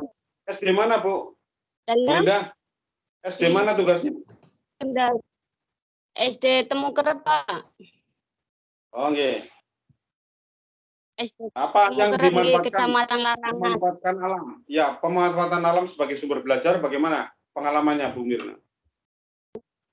Kita memanfaatkan sekolah alam Pak. Dengan sekolah alam itu kan dapat memanfaatkan kondisi alam tersebut. Contohnya saja ketika kita hidup di daerah pantai ya, terus anak-anak itu dapat mengelola ataupun melihat pengelolaan dan menjaga alam. Contohnya saja memanfaatkan ini terumbu karang kayak gitu. Terumbu karang itu kan bukan hanya dapat dikonsumsi. Terumbu karang itu kan ini apa sih ya?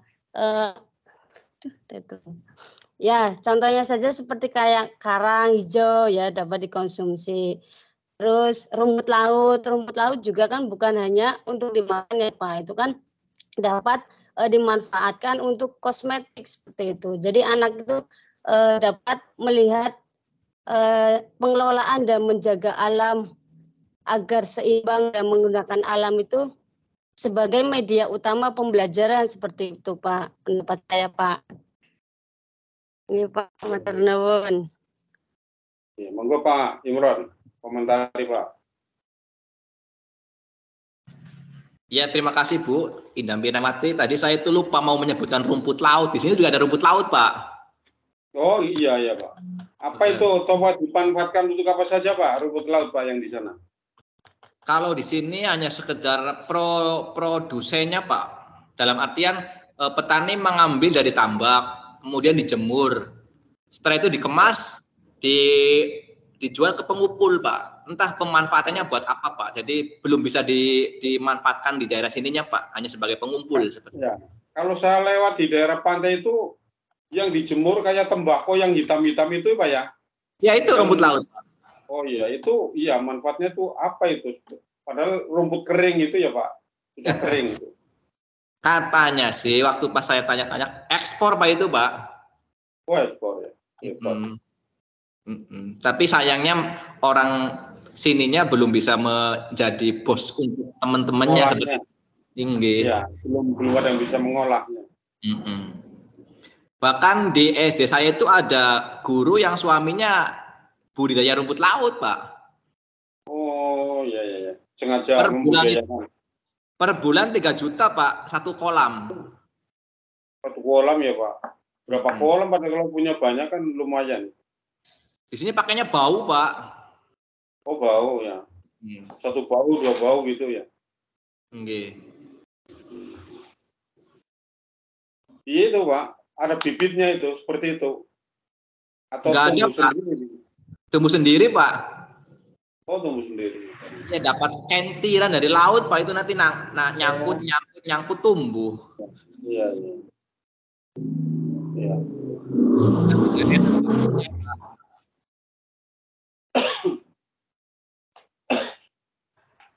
Monggo rekan-rekan yang lain mau menambahkan silakan.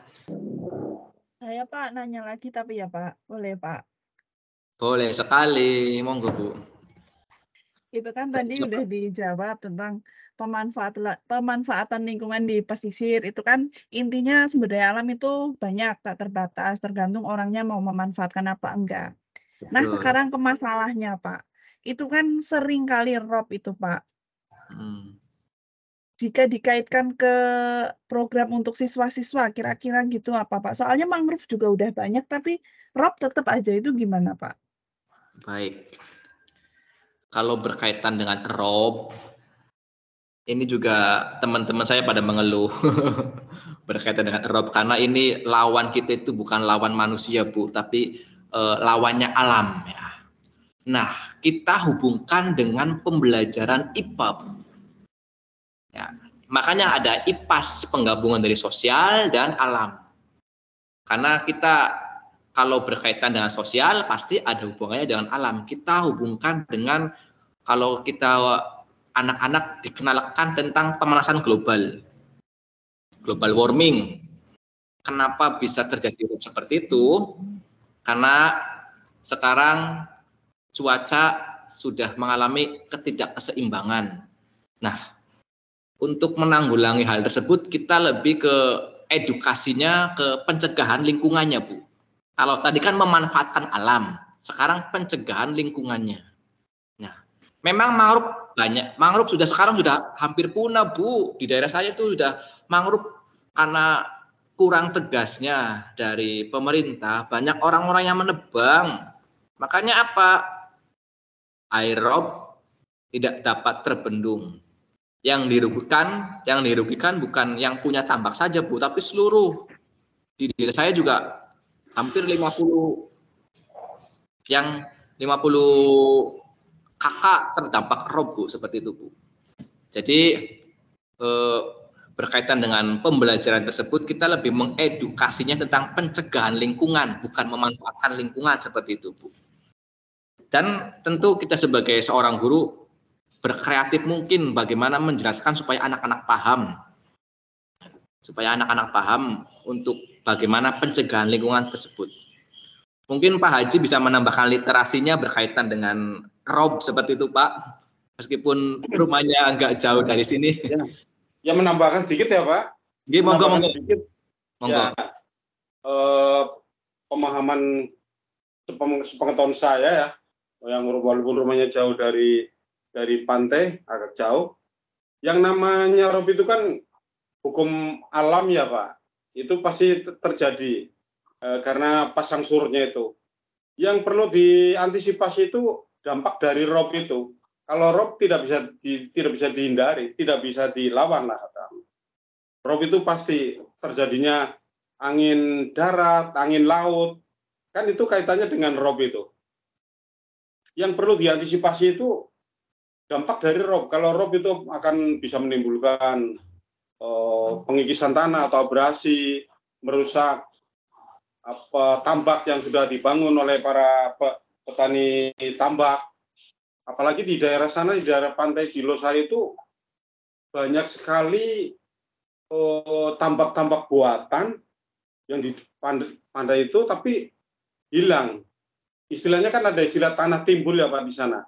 Tanah timbul, kemudian itu tanahnya itu dijadikan balong, dijadikan tambak, kemudian tahu-tahu hilang. Padahal tanah itu habis dibeli oleh petani sana, banyak yang beli itu. Bahkan teman saya itu ada yang membeli, nah itu tambak-tambak seperti itu, sekian puluh juta beli, ternyata hilang karena adanya air rob itu.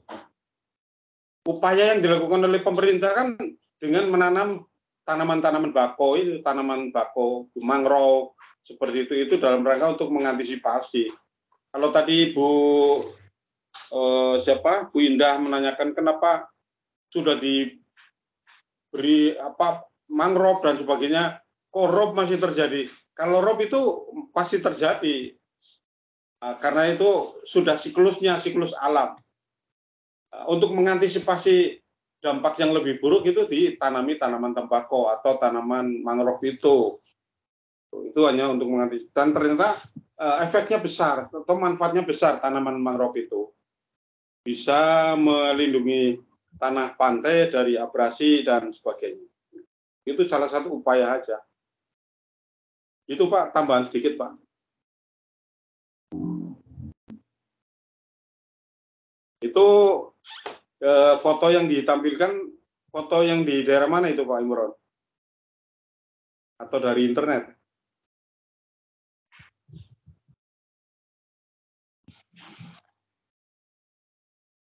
Di desa Pak Imron, Pak. Oh, di desa Pak Imron, yang di Karangdempel itu? Nggih. Sering Pak di situ di daerah utara. Memang desanya itu di pinggir-pinggir sungai seperti itu, sungai yang dekat laut. Nggih Pak, tambak, sekelilingnya tambak itu Pak. Ya, ini, oh iya itu ya, sekitar tambak itu. Ya. Itu di jaring-jaringnya itu dimanfaatkan untuk apa itu? Jaring-jaring itu?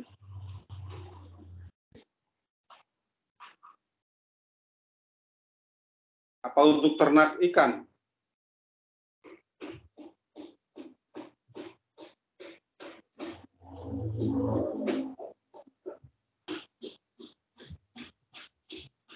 Oh iya.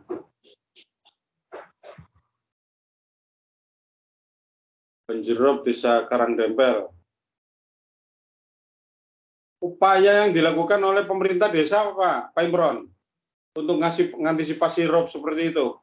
Pak Imron stand benda.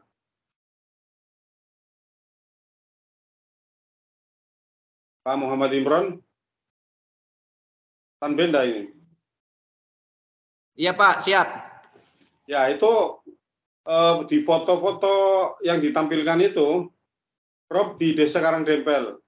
Kalau itu membahayakan lingkungan, apa yang dilakukan oleh pemerintah desa sana Pak? Kalau upaya sih sudah Pak, dengan melaporkan, dengan memberi laporan kepada Dinas Kelautan dan Perikanan Kabupaten Brebes, tapi sampai sekarang belum ada tindakan. Paling yang datang itu bantuan Pak, kayak beras, mie. Iya. Bukan pencegahan ke alamnya Pak, enggak Pak. Pencegahan ke alam, tapi kok ke orangnya ya, untuk makan ya, untuk. Iya ya, Pak. Soalnya kalau kayak gini kan sulit Pak. Ini di pemukimannya itu kan, Pak.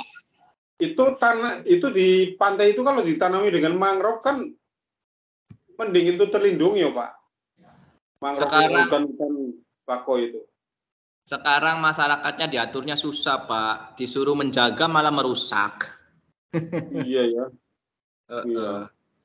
Dimanfaatkan mungkin untuk kayu ya itu. Padahal untuk menjaga alam malah ditebangi. Akhirnya apa? Seperti ini Pak. Ini keadaan di pemukimannya Pak. Ya, oh ya. Iya. Sampai di bawahnya itu aliran air ya, Pak? Iya, ini lorong Pak sampai ke sana, Pak. Lorong. Iya, lurung lah kalau kayak buat Lorong motor. tapi tertutup oleh air, itu air ya? Iya. Iya, ya. Nah, kayak gini nih.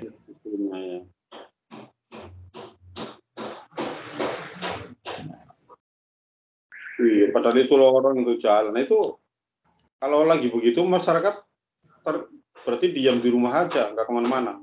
Iya. Ini ya rumahnya tinggi aman. Kalau rumahnya pakainya bambu, wah. Oh iya. Kalau kencing langsung.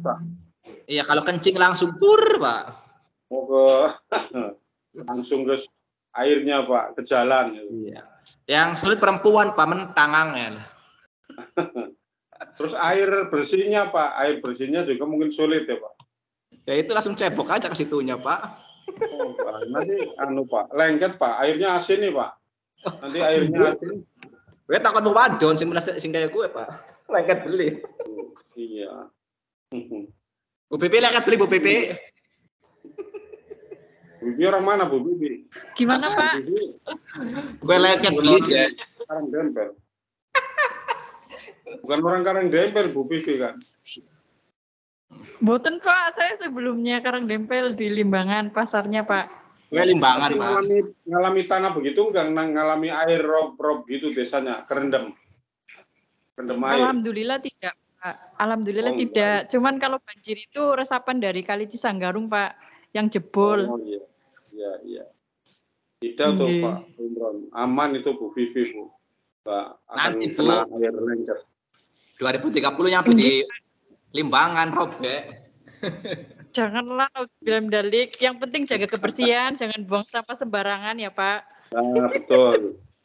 Kemudian itu tadi jangan sampai ditanami mangrove lalu ditebang untuk bahan bakar. Untuk kepentingan sendiri. Ya, seperti itulah. Bagus, Pak. Ya. Motret. Gimana, Pak? Ada pertanyaan lagi enggak ini di? Monggo Bapak Ibu. Atau ya barangkali ini kan memanfaatkan lingkungan di laut, kemudian yang di gunung atau yang dimanapun pemanfaatan lingkungan sebagai sumber belajar, barangkali ada yang mau nambahkan pengalamannya. Di kota besar, di kota di Brebes misalkan, ada nggak yang tinggal di sana tadi? Kan beda-beda pasti, beda lingkungan alam, beda pemanfaatan lingkungan untuk sumber belajar. Siapa tahu yang sekolahnya ada pabriknya, mungkin ada kunjungan ke pabrik. Bisa aja ya. Nggih, Bapak, mau menambahkan nggih, Pak? Enggak, Bu Yuni. Pak Yuni ya. Nggih, terkait lingkungan sebagai sumber belajar nggih. Kalau di sekolah saya itu lahannya dimanfaatkan semaksimal mungkin nggih. Contohnya itu, Pak, kalau di sekolahan saya itu ada usaha niku hidroponik. Oh, tanaman hidroponik, kebun. Tanpa tanah. Untuk tanaman sawi, terus bayam sama melon golden aroma. Ya, itu Ibu nanti kalau sempat didokumentasikan itu potret-potret atau video, nanti bisa di-share suatu kesempatan sama seperti Pak Imron tadi, nge-share kondisi lingkungan di Desa Karang Dempel. Nah, yang ada di sekolah, Bapak Ibu, fotonya apa, pemanfaatan lingkungannya seperti apa, video, foto itu di-share. Untuk apa lagi, Bu, selain hidroponik? Selain hidroponik juga ada peternakan niku, Pak, magot kali ikan lele. Magot napa, Bu? Magot napa, Bu? Apa ya? Semacam kayak itu, Pak. Napa sih? Kayak belatung kados niku. Rayap itu, Pak, magot. Kados rayap kecil-kecil niku. Terus untuk apa, Bu? Itu kalau olahan untuk makanan sisa yang kan kalau di sekolah itu makannya di sekolah ya Pak, makan nasinya. Ya. Ya. Oke. Sisa-sisanya dimakan sama itu, jadi biar nggak ada sampah. Oh. Sisa-sisanya dimakan maggot. Dimakan maggot. Iya, dimakan maggot. Terus maggotnya untuk apa, Bu? Maggotnya karena di sekolahan saya itu kan sedang menerapkan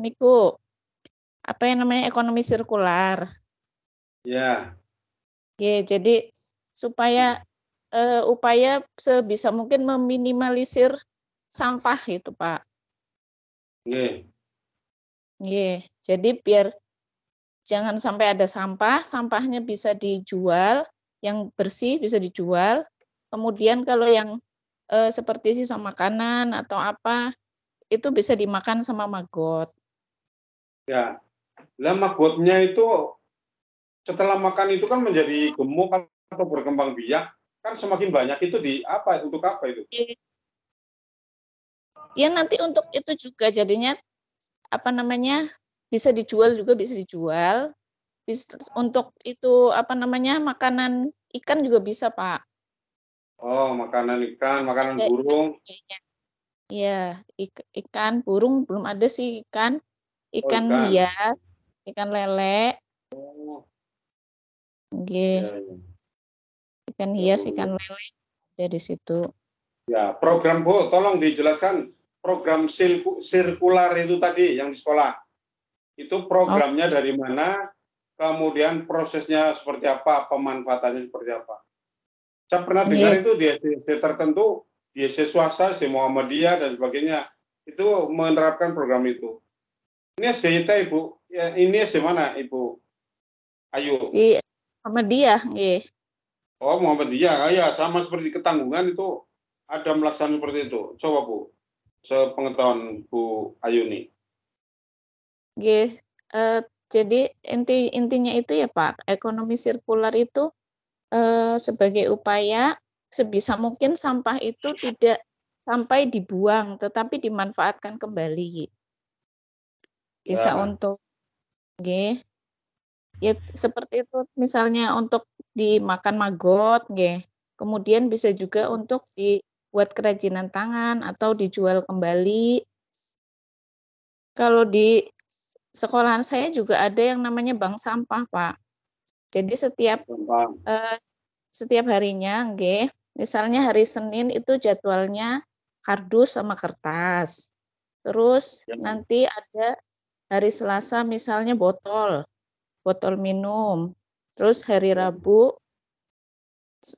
kebetulan saya agak lupa ya hari-harinya. Terus ada botol minum, minyak jelantah, terus apalagi ya, logam, besi.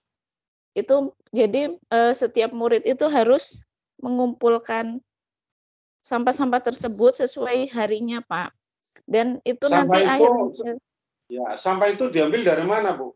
Sampah itu dari rumah atau dari sekolah, lingkungan sekolah? Sampahnya. Dari rumah masing-masing. Dari rumah anaknya. Oh, gitu. Ya. Ya, sampahnya kan dikumpulkan di sekolah dan nanti sekolah itu akan menjual. Dijual. Barang rongsok gitu ya. Terus nanti hasil dari jualan tersebut itu nanti akan untuk anaknya tersebut, jadi untuk tabungan. Ya. Oh, berarti dicatat, Bu ya? Tiap-tiap anak yang setor sampah dicatat. Dicatat.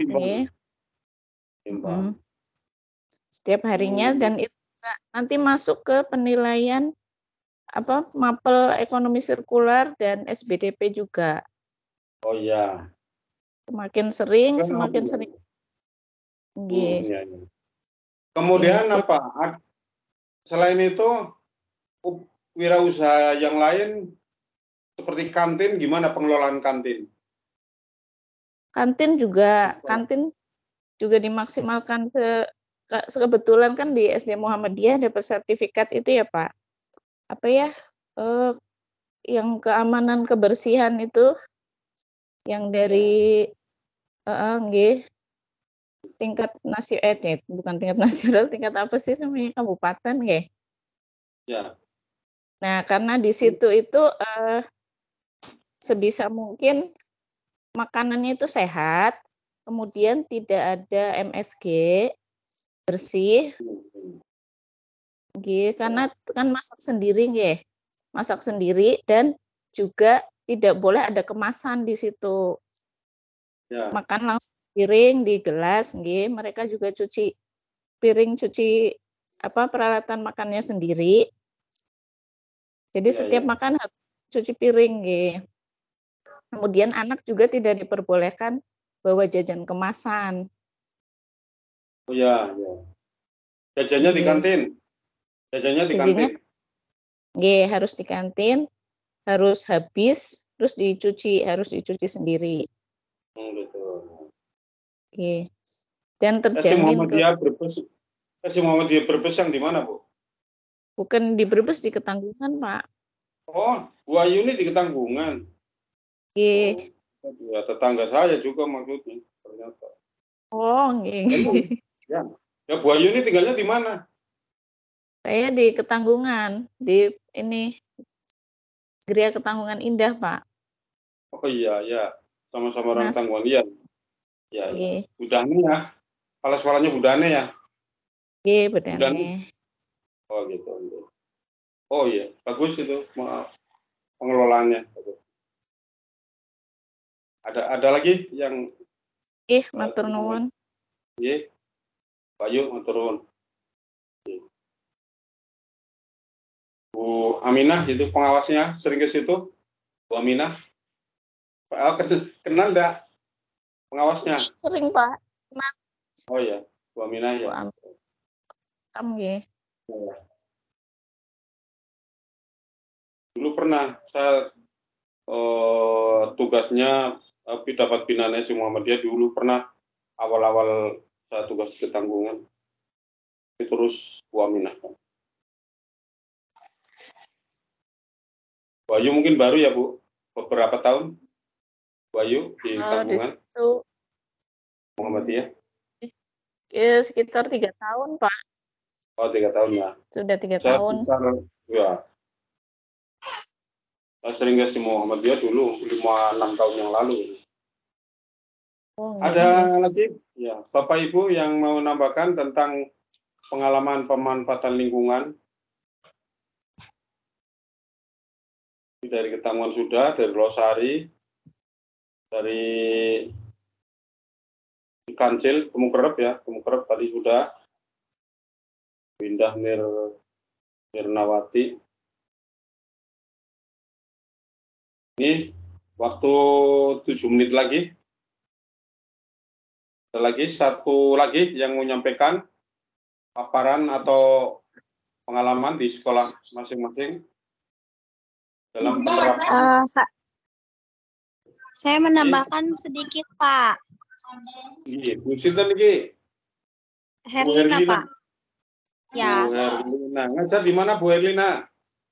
Ya, kalau saya di Bandung Sari 3, Pak. Di mana? Di mana? Bandung Sari 3. Bandung Sari 3. Oh, SD Bandung Sari 3. Monggo, Bu. Nah, ini pegunungan ini. Ya, Pak. Pegunungan, monggo. Enggak sih, Pak. Enggak sih, Pak. Kalau di daerah saya itu lingkungan sebagai sumber belajarnya itu paling sawah, Pak. Jadi sawah, kalau hutan, misalkan apa? Enggak, kalau hutan mah jauh saya mah, Pak. Kalau hutan mah ke Salem lagi. Kalau saya mah enggak ke arah Salem, ke pegunungan, bukan. Bandung Sari kan melewati Malahayu, ada apa ya? Iya, melewati Malahayu. Sawah ya, lingkungan belajarnya sawah berarti ya. Gimana, Bu? Ya, sawah.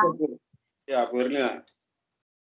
Ya paling gini, Pak, kalau misalkan kan di samping sekolah itu ada sawah. Jadi kalau misalkan saya memberikan materi pelajaran IPA seperti ekosistem gitu, Pak. Jadi anak-anak dibawa ke sawah untuk memperkenalkan ke anak secara langsung gitu, Pak, tentang materi ekosistem itu. Jadi anak-anak juga bisa melihat bukti nyatanya gitu yang ada di sawah, ekosistem yang ada di sawah itu, Pak.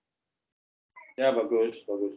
Bu Erlina mau tanya, itu ada SD Bandung Sari, kalau yang mau ke Salem naik katanya ke Ciwiri apa Ciwari itu, arah ke itu Ciwiri apa itu, objek wisata apa itu? Cawiri, Dada Belangan, Pak. Ya, itu Cawiri. SD Bandung Sari. SD Bandung Sari berapa itu? Pak. Bukan, itu mah masuknya Malahayu, Pak. SD Malahayu, saya mah ke selatan lagi. Itu yang mau ke Salem kok arahnya itu naik itu, mau ke SD itu naik terus sampai Gunung Itu mah Rio. Sindang. Oh, SD Bandung Sari 2, Sindang Huala 3 itu mah, Pak. Oh iya, Bandung Sari 2 itu mah, Pak. Nah, makanya bisa menyampaikan dekat hutan, kalau Bandung Sari kan 2 kan di pegunungan kan tinggi itu. Bandung Iya, Sari 2 di itu. Jumbleng. Iya, di Jumbleng, Pak, Iya. kalau Bandung Sari 2. Iya. Kalau iya, saya tuh. mah enggak sebelum itu. Mau Sebelum yang itu, Pak. arah ke ini, Pak, apa namanya yang di Penanggapan itu? Mana? Apa namanya? Pasir Gibug. Kalau saya mah jalannya apa namanya SD saya mah ngelewatin ke situ. Yang mau Kalau arah yang mau Pasir ke Gibug. Penanggapan ya, Iya. kalau mau ke Penanggapan. Iya, iya. Iya, Pak. Pasir Gibug. Oh ya paham ke daerah itu. Ya. Masih Bu Lina. Ada lagi? Kalau sudah tidak ada, tolong ditutup Pak Imron, Pak Muhammad Imron. Bagaimana? Nggih, Pak. Bapak Ibu yang hebat dan luar biasa, tak terasa waktu telah